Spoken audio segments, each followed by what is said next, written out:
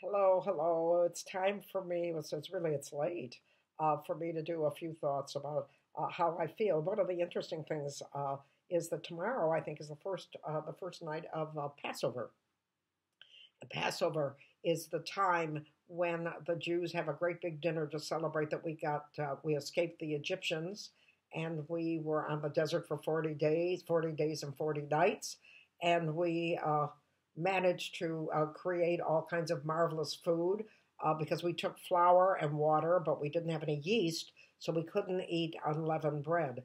And we have a big, long dinner to celebrate this. And the dinners are always so long that by the end of the dinner, um, you think you'll never ever eat again. They start at something like 5:30, and you intersperse it with little glasses of that sweet, sweet wine that makes you vomit, and you do prayers and you talk about it. You have symbolic food, and I remember I went to one seder, and it took so long that when it began at 5:30, and it wasn't over till midnight. And by midnight, I was, I think, 12 years old, and I was sitting there being very polite and eating all the ritual food and drinking the sweet wine and not throwing up. And at the end of the Seder, everybody says, next year in Israel. And they said, next year in Israel. And then, oh my God, look at Linny, because I was covered with German measles, So I always tell these stories, and I was just talking to Tiff Stevenson. I was telling her the other thing is that we always put our wine out.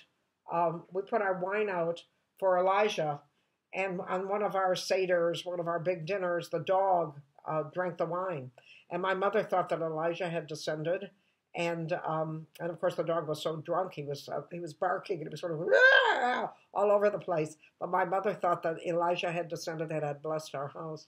So tomorrow is the first day when all the Jews throw out all their bread and they change their dishes, and it's a very, very holy holiday. And I remember we had they change dishes. They can't use the same dishes that they use during the year.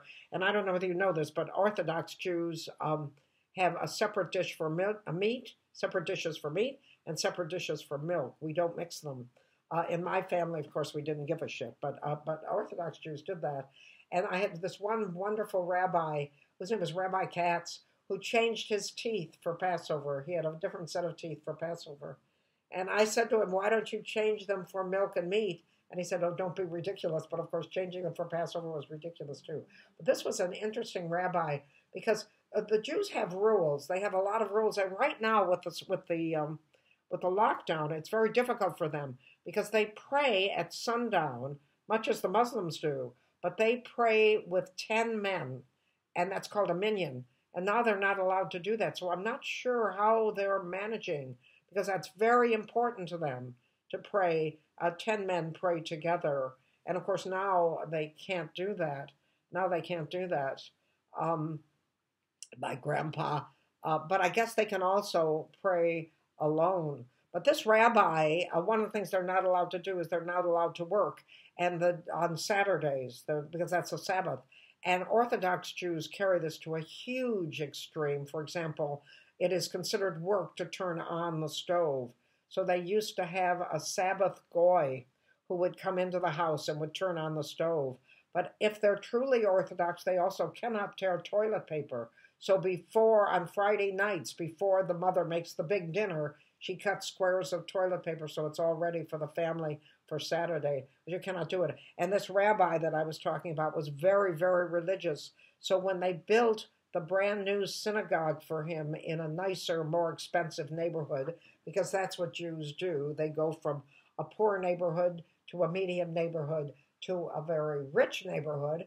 And his synagogue was moved to a very rich neighborhood. And the rabbi then could no longer walk to the shul. So instead, he bought a new house so that he could walk to the shul to conduct the services. And I said to him, why couldn't you do that? God would forgive you, Rabbi, because you're in your 70s and you can't walk 10 miles to get to the synagogue. And he said, you commit one avera, that means a sin, one avera, and that's the beginning of many averas. And that is the Jewish way of saying the road to jail is when you take the first ashtray at a motel. So I'm warning all of you who are on lockdown, don't cheat, because the first time you cheat is the first step you're going to take to getting the coronavirus. And thank you so much for joining me for thoughts, and happy Passover to the people that celebrate it. Happy Easter to the rest of you.